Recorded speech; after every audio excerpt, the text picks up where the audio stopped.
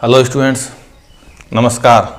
Welcome back to CBI ज्ञान mission सफल 2020। Students, thumbnail में देखा होगा आपने, आज अपन इतिहास की चर्चा करेंगे और इम्पोर्टेंट क्वेश्चन की ही बात करेंगे। और काफ़ी फ़ोन आए थे कि सर हिस्ट्री के बारे में क्वेश्चन ज़्यादा से ज़्यादा बताएं हमें और इम्पोर्टेंट क्वेश्चन बताएं। तो मैं आज आपको इम्पोर्टेंट क्वेश्चन ही बताऊँगा। लेकिन बताने से पहले कई बार फ़ोन आते हैं स्टूडेंट्स के कि सर कैसे पढ़ें, क्या करें। तो स्टूडेंट्स ध्यान रखना कि इतना डिमोरलाइज आप बिल्कुल भी न हो। हमेशा जोश के साथ सुबह उठो तो एक नए जोश के साथ उठो, ठीक है ना। एक नए जोश के साथ उठना है सुबह, और ये एम बनाना है कि हमें शाम तक करना क्या है। शाम तक का तो एम बना ही सकते हैं, और उस जो एम आपने बनाया शाम तक का, उसको आपको पूरा करना है। तब तो आपका जीना है, नहीं तो जीना नहीं, जिंदगी को ढोना है। तो स्टूडेंट्स, यहां पर मैं कहूंगा जज्बा है, जुनून है, हिम्मत है, हौसला है। जज्बा है, जुनून है, हिम्मत है, हौसला है। अपने हर सवाल का तू ही खुद जवाब है। फिर क्यों डरता है मंजिल की तरफ बढ़ने से। ये सिर्फ मंजिल नहीं तेरी जिंदगी का बस एक आखिरी पड़ाव है। इसलिए नए सवेरे के साथ, नए जोश के साथ आपको तैयार रहना है। तो देर न करते हुए आज हम बात करते हैं, वही पहले की तरह से स्क्रीन पे क्वेश्चन आएगा इंपॉर्टेंट, और उसके बारे में मैं बताऊंगा। तो क्वेश्चन नंबर 1 स्क्रीन पे आ गया है। क्वेश्चन नंबर 1 है, किस सभ्यता को सिंधु सभ्यता कहते हैं। इंपॉर्टेंट क्वेश्चन इसलिए स्टूडेंट्स क्योंकि ऑप्शन दिख रहे होंगे आपको, और ऑप्शन देख करके आप कहोगे कि हड़प्पा सभ्यता भी सिंधु सभ्यता है, मोहनजोदड़ो सभ्यता भी सिंधु सभ्यता है, लोथल सभ्यता भी सिंधु सभ्यता है, कालीबंगा भी सिंधु सभ्यता है, सुरकोटड़ा भी सिंधु सभ्यता है, धोलावीरा भी सिंधु सभ्यता है, चनहुदड़ो भी सिंधु सभ्यता है। तो ये कैसा क्वेश्चन। बिल्कुल देखना स्टूडेंट्स, क्वेश्चन है किस सभ्यता को सिंधु सभ्यता कहते हैं। ऑप्शन 1 है हड़प्पा सभ्यता, ऑप्शन 2 है मोहनजोदड़ो सभ्यता, ऑप्शन 3 है लोथल सभ्यता, ऑप्शन 4 है कालीबंगा सभ्यता। बताएं, जल्दी से बताएं, क्योंकि सही तो उत्तर मैं बताऊंगा। पहले आप बताएं कि सही उत्तर क्या है। एक कह आपके दिमाग में आ रहा है कि उपयुक्त सभी। उपयुक्त सभी तो ऑप्शन ही नहीं है भाई। देखना स्टूडेंट्स, यदि उपयुक्त सभी हो तो भी आपका गलत हो जाएगा। ध्यान रखना स्टूडेंट्स, सभी सिंधु सभ्यता है, लेकिन सभी सभ्यता को सिंधु सभ्यता नहीं बोला जाता है। सबसे पहले 1921 में हड़प्पा सभ्यता की खोज हुई थी, इसलिए हड़प्पा सभ्यता को ही सिंधु सभ्यता कहते हैं। सभी सभ्यता को सिंधु सभ्यता नहीं बोला जाता है। सिंधु सभ्यता लेकिन बोला नहीं जाता। इसलिए क्वेश्चन नंबर 1 का उत्तर आएगा स्टूडेंट्स हड़प्पा। क्वेश्चन 1 का उत्तर आएगा हड़प्पा। ठीक है स्टूडेंट्स, अब बात करते हैं यहीं पर ही क्वेश्चन नंबर 2। आ गया होगा स्क्रीन पर। क्वेश्चन नंबर 2 है, किस कारण सिंधु लिपि देर से पढ़ी गई। सिंधु लिपि देखना स्टूडेंट्स, आपने पढ़ा होगा, खोज हुई।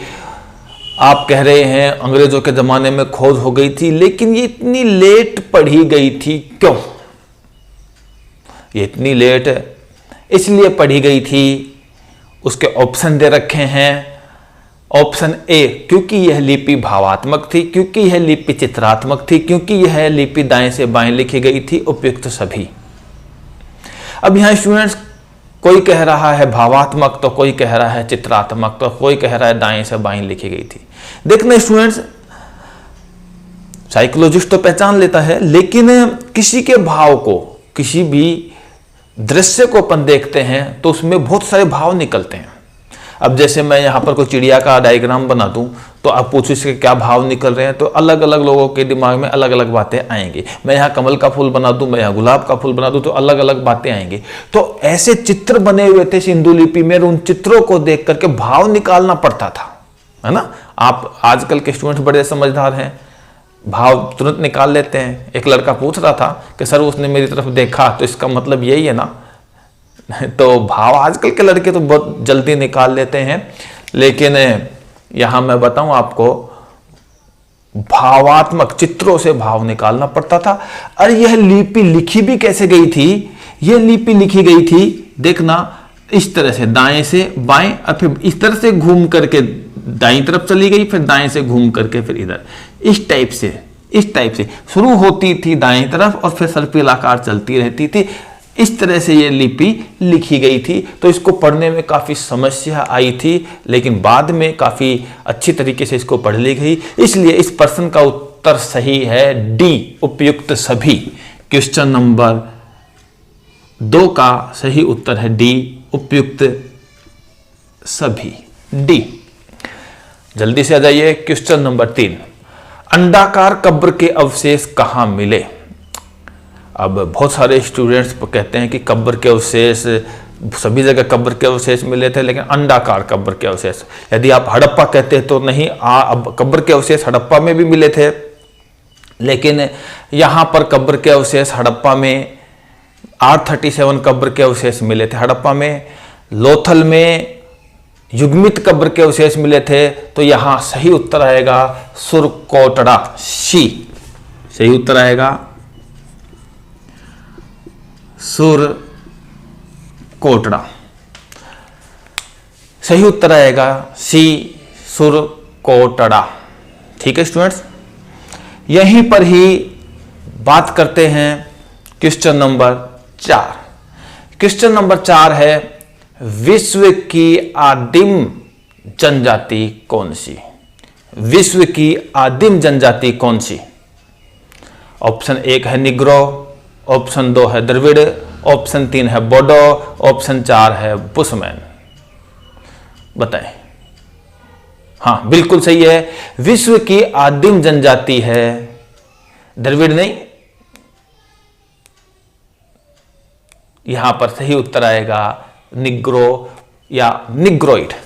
तो यहां पर चौथे क्वेश्चन का उत्तर है ए, जिसको अपन बोलेंगे निग्रो या निग्रोइड, एक ही बात है।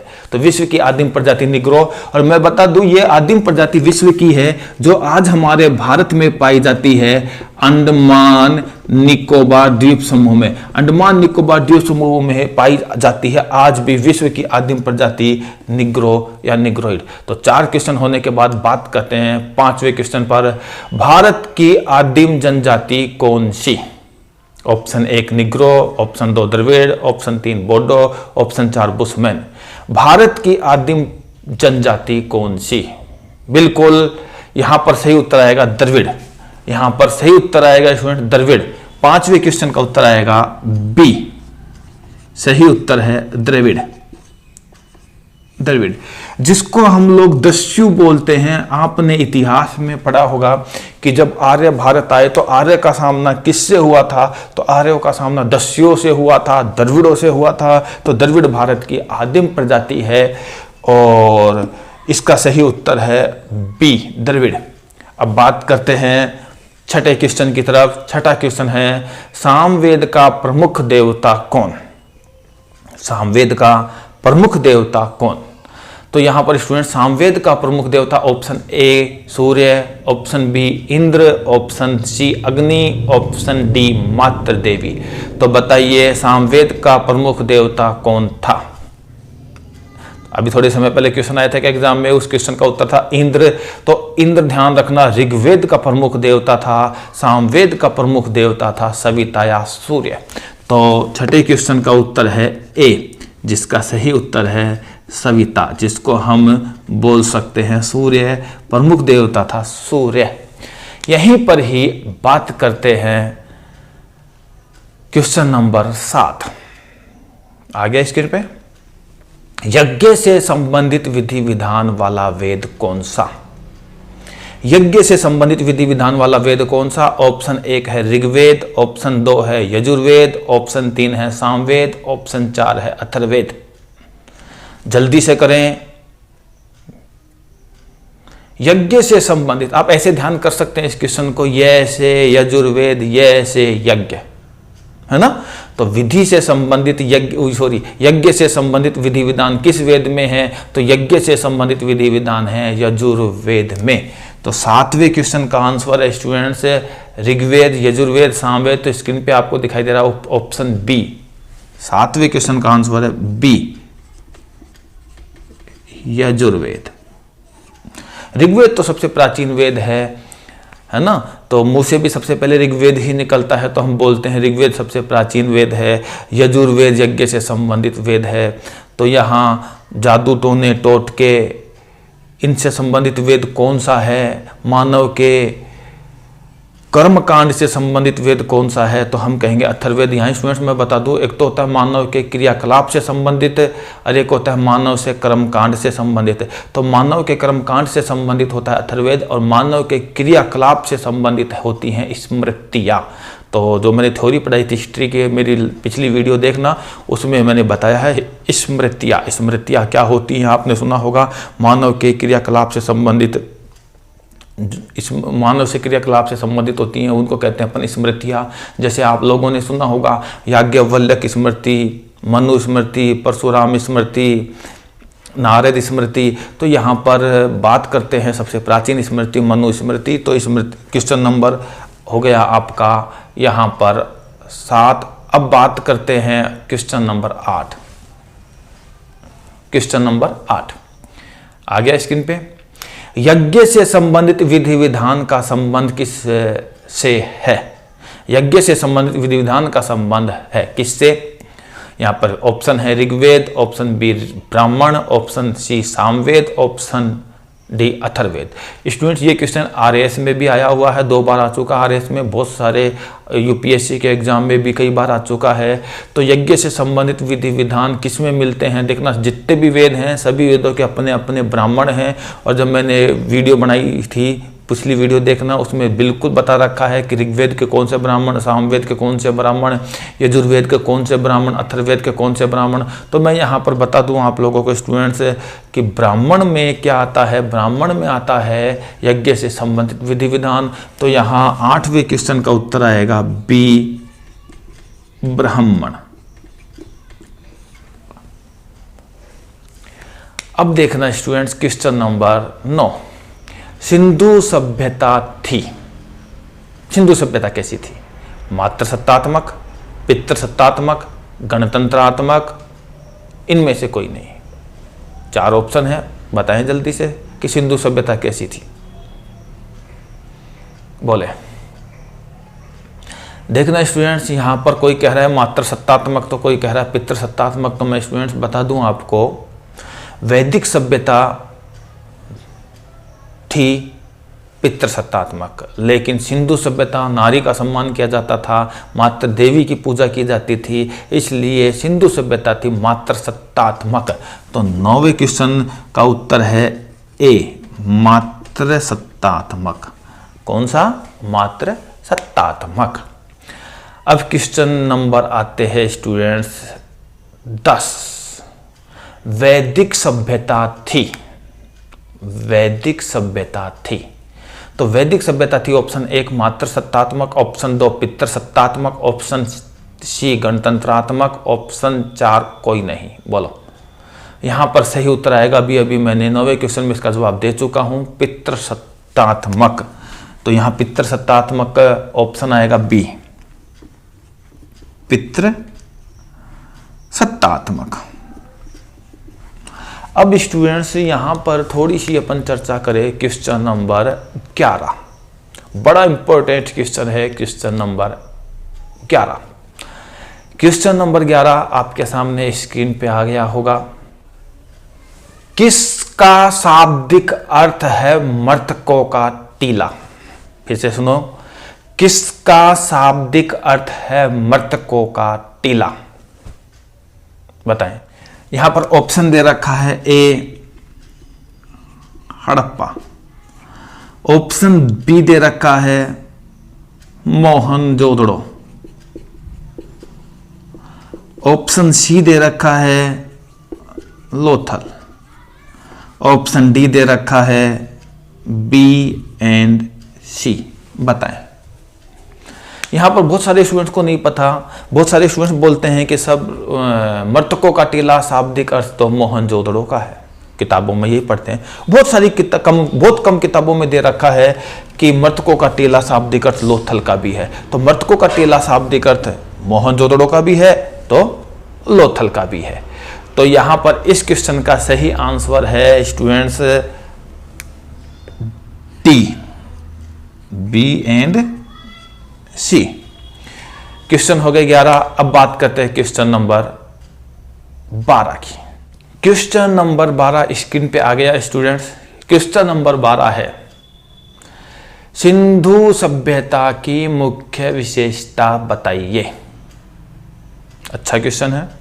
ऑप्शन 1 है नगर नियोजन प्रणाली, ऑप्शन बी है मातृ देवी, ऑप्शन सी है उर्वरता की देवी और ऑप्शन डी है नारी की मृण्य मूर्ति जिसके गर्भ से पौधा निकलता दिखलाया गया है। यहां मैं बता दूं स्टूडेंट्स, पहला ऑप्शन है नगर नियोजन प्रणाली, जिसमें आप बोलते हो चौड़ी सड़कें, अंडरग्राउंड नालियाँ, पक्की ईंटों के मकान, झरोकेदार खिड़कियाँ। तो यहाँ पर मैं दूसरा ऑप्शन है मातृ देवी, जिसको हम उर्वरता की देवी भी बोलते हैं, उपजाऊता की भी देवी बोलते हैं। तो यहाँ मातृ देवी व उर्वरता की देवी दोनों एक दूसरे के पर्यायवाची हैं। और डी ऑप्शन है नारी की मृण्य मूर्ति, मृण्य का मतलब मिट्टी की मूर्ति, नारी की मिट्टी की मूर्ति जिसके गर्भ से पौधा निकलता दिखलाया गया है स्टूडेंट्स, ये भी उर्वरता की देवी का पर्यायवाची है। तो यहाँ पर ध्यान से देखें स्क्रीन पे, ऑप्शन बी, सी और डी एक दूसरे के पर्यायवाची हैं। या यूँ कहें कि प्रश्न में ऑप्शन ही दो दे रखे हैं, ए और बी। प्रश्न में हमेशा ध्यान रखना स्टूडेंट, कभी भी मुख्य पूछे तो मुख्य का मतलब एक ही जवाब देना है। सारे जवाब सही है लेकिन एक ही जवाब सबसे सही होता है। मंत्री तो बहुत सारे होते हैं, मुख्यमंत्री एक ही होता है, मंत्री बहुत सारे होते हैं, प्रधानमंत्री एक ही होता है। इसलिए मुख्य विशेषता एक होती है, विशेषता बाकी सारी विशेषताएं। तो यहाँ पर इस प्रश्न का सही उत्तर है, यहाँ सही उत्तर है नगर नियोजन प्रणाली। लेकिन स्टूडेंट ध्यान रखना, बहुत सारी एग्जाम मैंने देखी है उसमें ऑप्शन में नगर नियोजन प्रणाली नहीं दे रखा है। अब प्रश्न यही है कि सिंधु सभ्यता की मुख्य विशेषता बताइए, तो उस प्रश्न का जिसमें ऑप्शन ए नगर नियोजन प्रणाली न हो तो ऐसे प्रश्नों का उत्तर कहेंगे कि सिंधु सभ्यता की मुख्य विशेषता जो दूसरे नंबर की विशेषता है वो पहले पे जाएगी, जो है उर्वरता की देवी, मातृ देवी, एक नारी की मृण्य मूर्ति जिसके गर्भ से एक पौधा निकलता हुआ दिखलाया गया है। तो यहाँ पर सही उत्तर है 12वें क्वेश्चन का सही उत्तर है, मैं यहाँ लिख रहा हूँ 12वें क्वेश्चन का सही उत्तर है ए, नगर नियोजन प्रणाली। ध्यान रखना स्टूडेंट्स, अगर ऑप्शन में ये न हो तो आप कर सकते हैं मातृ देवी, या फिर इसका पर्यायवाची उर्वरता की देवी, या एक मृण्य मूर्ति जिसके गर्भ से एक पौधा निकलता हुआ दिखलाया गया है, कुछ भी कर सकते हैं। तो स्टूडेंट्स आज मैंने ये 12 क्वेश्चन बताए और 12 क्वेश्चन बताए, सारे क्वेश्चन इंपॉर्टेंट हैं, लेकिन किसी तरह का कोई सजेशन है, कोई सुझाव है तो आप बिल्कुल दें। और मेरी नई वीडियो देखने के लिए आपने अभी तक यदि चैनल को सब्सक्राइब नहीं किया है तो चैनल को सब्सक्राइब जरूर करें और ज़्यादा से ज़्यादा स्टूडेंट्स को शेयर भी करें और लाइक भी करें। और बेल आइकॉन है, एक घंटी का जो चिन्ह है उसको भी आप दबाएं ताकि नोटिफिकेशन आपके पास सबसे पहले पहुँचे। तो आज के लिए इतना ही, धन्यवाद।